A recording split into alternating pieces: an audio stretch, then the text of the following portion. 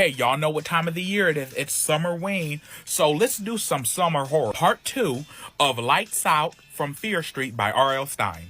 Okay, so right where we left off, Debbie, that bitch is dead on the spinning wheel. And of course, with the finding of Debbie dead in the arts and craft building, she finds another red feather. So, you know, Jerry, since she lost her partner in crime, she's like, oh, this bitch Holly definitely did it. Because what type of girl would be looking for a bitch that didn't like her the whole summer? Which I'm like, honey, I'm with you when you're right. Holly, in the back of her mind, she thinks John did it. Because remember, John Hardesty, he was missing too. But then she also thinks Mick did it because she has found some feathers in his room. But Uncle Bill, you know, his messy ass, he's so out of it, just trying to, you know, make $1 out of 15 cents. He makes Jerry the senior counselor now. I'm telling you, sometimes family will do you the worst. And then so Uncle Bill is like, damn, all these firecrackers in the background. I'm sorry, y'all. Uncle Bill's like, oh, this camp is going to close if one more thing happened. I'm like, nigga, you got a dead body. What are you talking about? It's going to close, sir. So now the wilderness trip begins, because we're going to fast forward because there's a lot of useless shit in this book.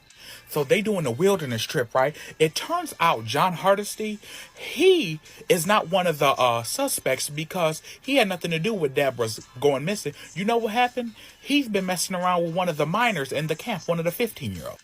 And I'm like, this camp is full of predators. So then later on, Sandy asks Holly to go canoeing with him, and while they out there, it turns out, fast forward, bitch, Sandy is the one who is doing the crazy killing, even though he only took one body low-key.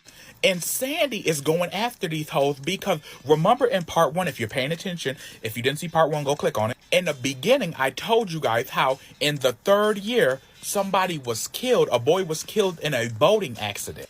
That was Sandy's little brother. His little brother drowned on Deborah's watch the previous year, so he was like, oh, that bitch gotta go. So then, of course, like every R.L. Stine book towards the end, it speeds up and gets the best, and they have the battle and shit.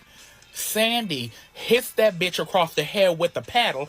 They make it to shore. Then they go to battle in a cave, bitch. So now these hoes is fighting. They duking it out in the motherfucking cave. And then Sandy's like, oh, I know this bitch don't like snakes. So he's like, snakes on the plane. And he throws them at that bitch. That bitch start battling back because she's like, I'm not finna be no hoe. These hoes been hoeing me all through camp. However, she maneuvers some way. And then she throws that bitch Sandy down a hill. Then I think it was Mick. It could have been John. No, it was Mick who helps her out of the woods to the cops. And then they collect Sandy big back ass. The end.